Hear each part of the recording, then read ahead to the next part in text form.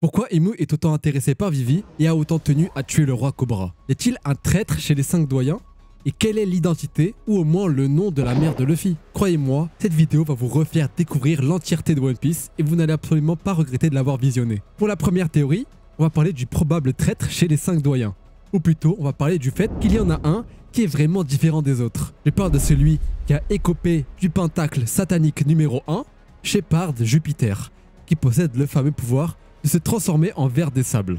On marque facilement que ce personnage est totalement différent des autres, notamment dans les transformations possédées par les 5 doyens qui sont toutes issues de 2 cultures liées, celle des yokai japonais et chinois. Même dans la sonorité des noms, on remarque qu'ils ont tous une prononciation assez japonaise, comme Itsumade ou Ooki, mais que le seul qui n'en possède pas est le ver des sables. Un détail encore avec le nom et les origines des transformations, qui est cette fois uniquement visible en japonais, c'est tout simplement qu'en japonais, il est le seul à ne pas avoir de kanji écrit dans son nom, mais plutôt totalement en katakana, contrairement aux 4 autres. Détail qui peut sembler inutile et totalement futile, mais qui, additionné à tous les éléments, apparaît tout de suite plus bizarre. Ensuite, je vais parler d'un détail qui est cette fois encore plus flagrant, qui va vous scotcher. C'est le fait que Jupiter est le seul des 5 doyens à ne tout simplement pas être vieux. On le remarque dans l'animé, mais aussi dans la version couleur. Là où ils sont tous ridés et ont des cheveux blancs, le seul être comme un homme de 40 ans est Shepard lui-même. Malgré qu'on ait l'impression qu'il soit vieux, comme le monde, et qu'ils aient vécu le siècle oublié, Shepard lui reste aussi vieux qu'un Shanks et n'a pas la tête d'un Sengoku après l'ellipse. Il y a un dernier élément dont je voudrais parler à son sujet, qui montre qu'il serait sûrement détaché des autres. C'est tout simplement le parallèle entre les 5 doyens et les prélats d'Ener. Par la même occasion, entre Imu et Ener lui-même. Comme on l'a vu, Ener est lié à la lune, et durant ses mini-aventures, il verra une représentation d'Im-sama sur les fresques lunaires. Il sera représenté sous forme d'un œil qui oppresse le peuple céleste. Ça tombe bien, car ces 2 personnages se prennent littéralement pour les dieux de ce monde. Et ce qui tombe encore mieux, c'est que les 2 personnages, tout comme Luffy, sont reliés au chiffre 56. Gomu, qui peut se lire 56, Goro qui peut se lire 56 et le nom Imu qui peut se lire 56. Mais du coup, dans tout ça, quels sont les sujets qui relient le Gorosei au prélat? Je vais parler d'un système de philosophie chinoise qui se nomme le Wuxing. Comme on peut le voir à l'image, il représente 5 éléments dont un lié à la forêt se nommant Mu. Et rappelez-vous qu'à Skypiea existe un dieu de la forêt et que dans cette vidéo, j'éclaircis qui sont les 4 dieux de One Piece. Chez les prélats, on peut attribuer le feu à Shura, car on l'a déjà vu faire uniquement des attaques de feu, l'eau à Gedatsu, car on l'a vu faire uniquement des attaques liées à la pluie et aux nuages, le métal à Home et la forêt à Satori. Au final, il reste l'élément de la terre. Et vous savez ce qui est étrange? C'est qu'au début de l'arc Skypiea, chaque porte mène à un prélat. Mais bizarrement, du côté gauche, Oda montrera une porte scellée, comme si de base, il y avait eu un prélat en plus, mais qu'il n'était plus là. Ce qui rentre en concordance avec le fait qu'il y a un membre du Gorosei en trop. Et ce qu'on peut lier en plus à Jupiter, c'est que comme il ne reste que l'élément de la terre, on a comme par hasard le seul monstre lié à la Terre chez le Gorosei, le ver des sables. Jupiter serait donc venu après un événement spécial durant l'histoire, ou alors serait peut-être un traître qui trahira Imu plus tard. On ne peut pas trop s'avancer, mais ce qui est sûr, c'est qu'il paraît plutôt suspect. Pour la deuxième théorie, je vais parler d'un personnage qu'on n'a jamais vu auparavant, mais dont tout le monde qui regarde cette œuvre a déjà pensé. Je parle de celle qui a engendré notre protagoniste, la mère de Luffy. Mais on va s'intéresser plus précisément à un aspect de ce personnage que les fans ont imaginé et c'est son nom. Si vous êtes plutôt sceptique, écoutez bien la vidéo et vous comprendrez. Chez le Mugiwara, j'ai remarqué que dans le groupe des ailes du roi des pirates, donc Zoro et Sanji, ils avaient des mères. Pas très étonnant jusque-là, mais leur nom est assez parlant. Sanji, qui a vécu heureux grâce à sa mère, suite à sa mort, fut désespéré.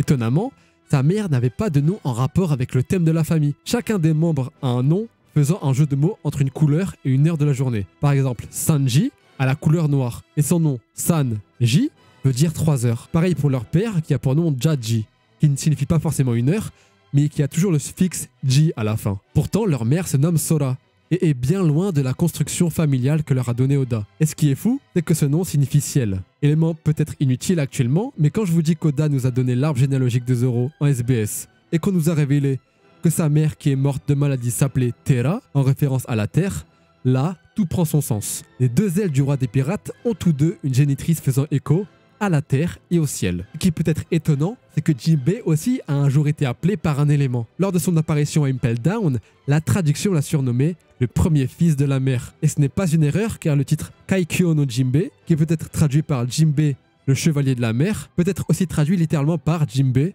le fils de la mer. Donc parmi les 3 plus puissants, on a le fils de la mer, le fils de la terre et le fils du ciel. Et si on réfléchit alors, on est tous d'accord pour penser que l'élément restant et le feu. Donc par déduction, la mère de Luffy aurait un nom en rapport avec l'élément du feu.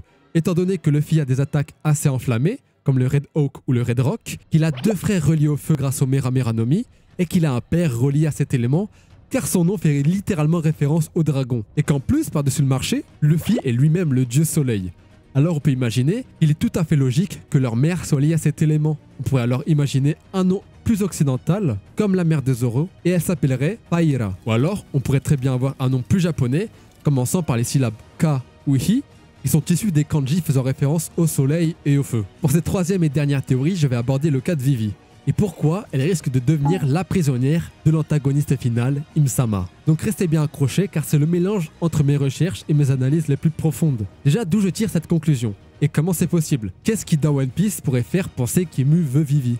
Eh bien, on peut déjà commencer par l'une de ses premières apparitions où on verra cet étrange personnage vêtu de noir arborer une prime, celle de Luffy, devant un Mugiwara géant. Mais c'est pas tout, car lors de sa deuxième apparition, on le reverra arborer d'autres primes, mais cette fois totalement déchirées, notamment celle de Barbe Noire, celle de Luffy et même la photo de Shirahoshi qui à ce moment-là était à la rêverie. Donc on peut déterminer, au vu des déchirements, qu'Imu a un ressenti plutôt négatif envers Joy Boy, envers Poséidon et envers Barbe Noire. C'est un si petit détail que je n'ai pas relevé, mais la photo de Shirahoshi n'était pas déchirée, mais plutôt plantée d'un couteau, comme si elle devenait maintenant la cible de Im. Mais étrangement, dans toute cette affaire, en montant sur le trône vacant, la seule photo que cet antagoniste emportera proprement avec lui est la photo de Vivi. Montrant qu'à contrario, des 3 derniers personnages cités, elle possède plutôt un ressenti positif pour Vivi. Et de ce constat-là, je me suis posé la question, est-ce que Vivi pourrait être forcée de devenir la future femme d'Im? Un raccourci peut-être assez trompant, mais vous allez voir que ça a l'air plutôt logique avec ce que je vais dire. Comment pourrait-on déjà établir qu'Im est un homme?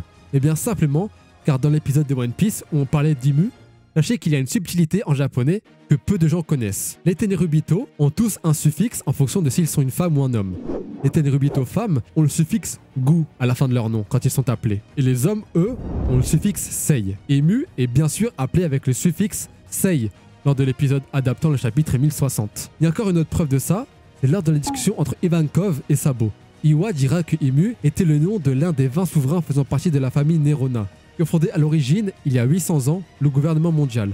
Il a été cité en tant que souverain homme et non femme. Maintenant qu'on a établi qu'Imu est possiblement un homme et qu'il est intéressé par Vivi, y a-t-il d'autres éléments dans le manga qui vont dans le sens où un dieu comme Imu possédera une femme ou doit posséder une femme? Peut-être qu'Oda l'a préfiguré, qui sait? Eh bien oui, à 2 endroits précisément, notamment à l'arc Skypiea, on nous montrera qu'il y a 400 ans, il était coutume d'offrir une femme aux dieux pour bénéficier de leur pardon et calmer leur colère. Il nous le montrera durant le flashback de Norland, où on offrira la fille de Kalgara au dieu serpent Kashigami, qui était connu comme étant le dieu soleil à l'époque. Et étrangement, dans quel arc Oda placera un foreshadowing sur cette pratique?